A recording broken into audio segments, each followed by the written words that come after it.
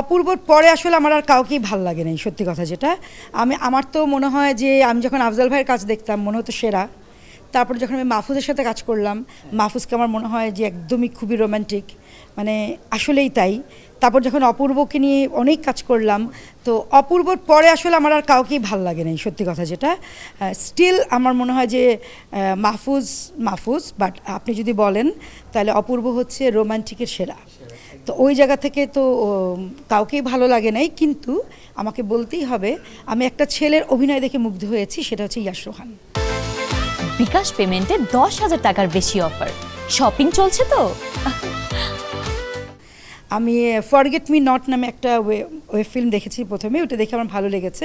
তারপর শিহাব শাহিনের একটা দেখলাম, তুমি মন বলে বা এরকম টাইপ, চরকির। তো ওইটা দেখে আমি তো অনেকক্ষণ কেঁদেছি হাউমাউ করে। তারপরে আমি একদমই 12টা সাড়ে 12টার সময় শিহাব শাহিনকে ফোন দিয়েছিলাম। শাহিন ভাই বললো, কী হয়েছে আপনার, বুঝতে পারে নাই। পরে আমি বললাম, শাহিন ভাই আপনি এত ভালো বানিয়েছেন, এত সুন্দর স্ক্রিপ্ট, আর দুজনেই এত ভালো করেছে, যেমন ইয়াশ রোহান তেমন তটিনী, মানে আমি মুগ্ধ। মানে অপূর্বর পরে আমার যদি রোম্যান্টিক বলেন, অনেকেই ভালো করে, বাট রোম্যান্টিক তো একটা ব্যাপার, ওই জায়গাটা আমার ইয়াশ রোহানকে মনে হয়েছে সে অনেক অনেক অনেক ভালো করে। আসলে মানুষ তো কষ্টে কাঁদে না, মানুষ আনন্দেও কাঁদে।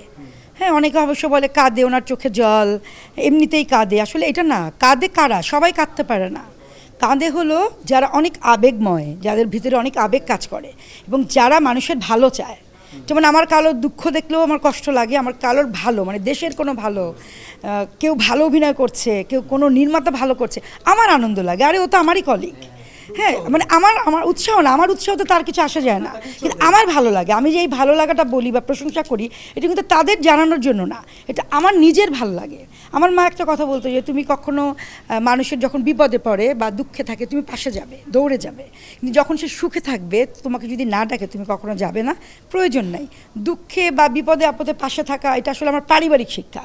তা আমার মাকে দেখেছি সবসময় প্রশংসা করতে, আমি আমার ছেলেমেয়েদেরও প্রশংসা করেছি। আসলে প্রশংসা করলে মানুষ উৎসাহিত বোধ করে, আর প্রশংসা করলে মানুষ কিন্তু বড় হয়। কাউকে ছোট করে কখনো কেউ বড় হতে পারে না, আর কাউকে স্ট্যাটাস বাজে লেখেও কখনো কারোর মন নিতে পারে না।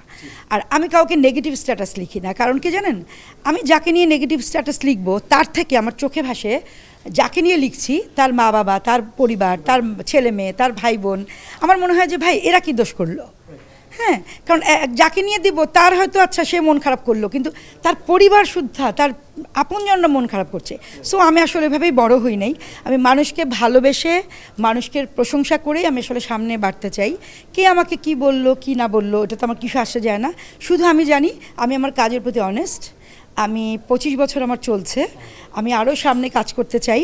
আমি অত মেধাবী ডিরেক্টর না, আমি আবারও বলি আমি মেধাবী ডিরেক্টর না, কিন্তু আমার যতটুকু মানে আমার জ্ঞান পরিসর ততটুকুই আমার কাছে মনে হয়েছে আমি যত্ন ভালোবাসা দিয়ে কাজ করব, এবং এভাবেই আমার সিগনেচার ধরে আমি টিকে থাকবো।